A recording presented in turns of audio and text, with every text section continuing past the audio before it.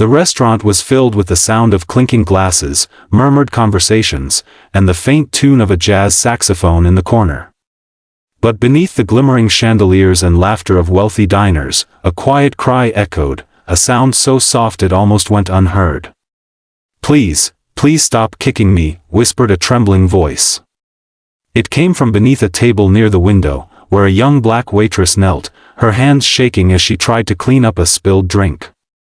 The man seated there, a high-profile CEO in an expensive suit, didn't even glance down. His polished shoes nudged her again, harder this time, as he barked, "You're in my way. Do your job properly." That moment, unseen by most, became the turning point of her life. If you believe in kindness, second chances, and the power of standing up for what's right, then please take a second to like this video, share it with someone who needs hope, and subscribe, because what happened next will restore your faith in humanity. Her name was Tasha Williams, a 27-year-old single mother working double shifts at the Golden Flame, an upscale restaurant that catered to the city's elite. Life hadn't been kind to her. She'd grown up in a struggling neighborhood, dropped out of college to care for her sick mother, and now juggled raising her 5-year-old son, Malik, while trying to keep her job. Every day, she endured disrespect from rude customers and arrogant executives, but she stayed quiet, because silence paid her rent. That night was worse than usual. The CEO, Gregory Hinton, had booked the most expensive table for his corporate dinner. Known for his ruthless business tactics, Gregory was the kind of man who treated people as stepping stones.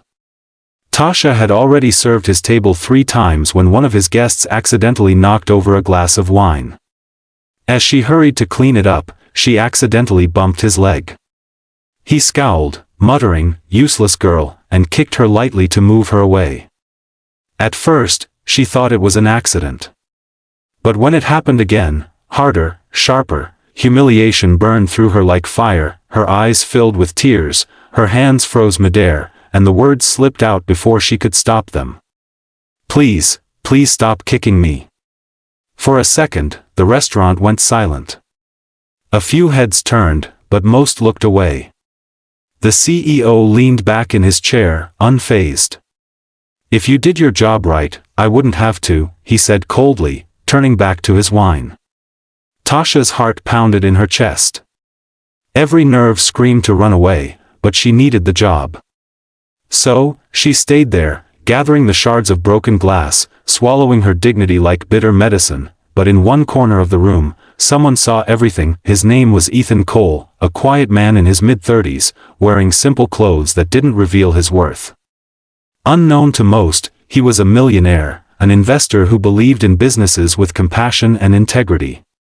He had come to the Golden Flame for a quiet dinner after a long day. What he witnessed that night shattered him. He had grown up watching his mother, a waitress just like Tasha, endure similar cruelty. The sight of Tasha trembling beneath that table hit him like a memory he'd tried to bury. Ethan waited. He didn't act impulsively. He watched as Tasha finished serving the table, her eyes red but her posture steady. She moved to the back corner of the restaurant, holding a tray with shaking hands. Her manager whispered something to her, probably telling her to stay professional. Ethan could see the exhaustion in her face, the kind that comes not from tiredness, but from years of swallowing pain in silence. After paying his bill, Ethan left quietly. But that night, he couldn't sleep. The image of that woman's tearful eyes haunted him. He decided he wouldn't just feel bad, he would do something. The next morning, Tasha arrived at work to find the restaurant in chaos. The staff whispered nervously as a black car pulled up outside. A man in a sharp gray suit stepped out, holding a folder. It was Ethan, but this time, he didn't look like an ordinary customer. He looked like someone on a mission. He walked straight to the manager's office. Within an hour, word spread, a business meeting was taking place between Ethan Cole and the restaurant owner. The staff didn't know what was going on, but Tasha felt uneasy. Her heart raced when she saw Ethan glance at her through the glass window with a reassuring "By afternoon." The owner gathered everyone in the dining hall. His voice was unusually formal. "I'd like everyone to meet our new partner and co-owner, Mr. Ethan Cole," he announced. The room gasped. Tasha stood frozen. Ethan smiled gently and took the microphone. "I was here last night," he began. "And I witnessed something that broke my heart. A woman working harder than anyone in this room was humiliated in front of strangers. No one deserves that. Not here. Not anywhere." The staff murmured, exchanging glances. Ethan's voice grew stronger. "Starting today, things will change. We'll treat every worker with dignity, regardless of their title or color." And to the woman who showed strength even in silence, he turned toward Tasha, who was now trembling, tears streaming down her cheeks. "You're being promoted. From waitress to floor manager. With full benefits and childcare support." For a moment, she couldn't breathe. The room erupted in soft applause. The same people who once ignored her pain now looked at her with admiration. But it wasn't just about the job.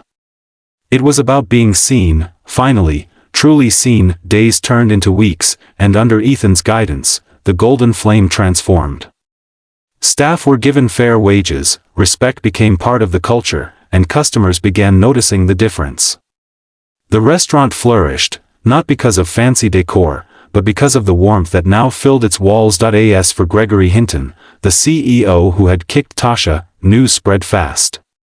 A video from a hidden security camera leaked, showing his behavior that night.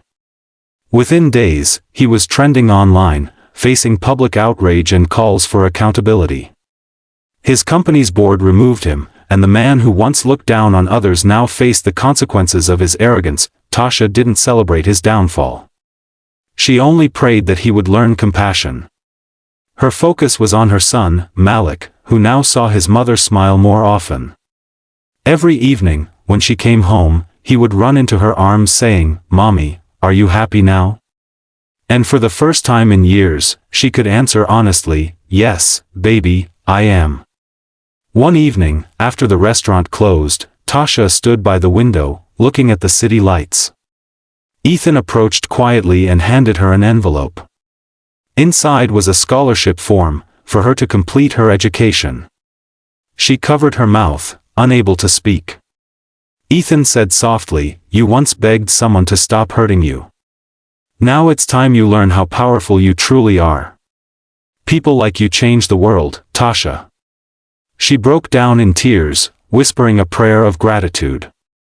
For all the pain, for all the years she'd been invisible, this moment felt like a sunrise after a long night, because sometimes, it only takes one voice, one act, to remind the world that humanity still exists. And that night, in a restaurant filled with laughter and noise, one woman's quiet plea, "Please stop kicking me," became the cry that awakened compassion in a stranger's heart, turning cruelty into change, and pain into power.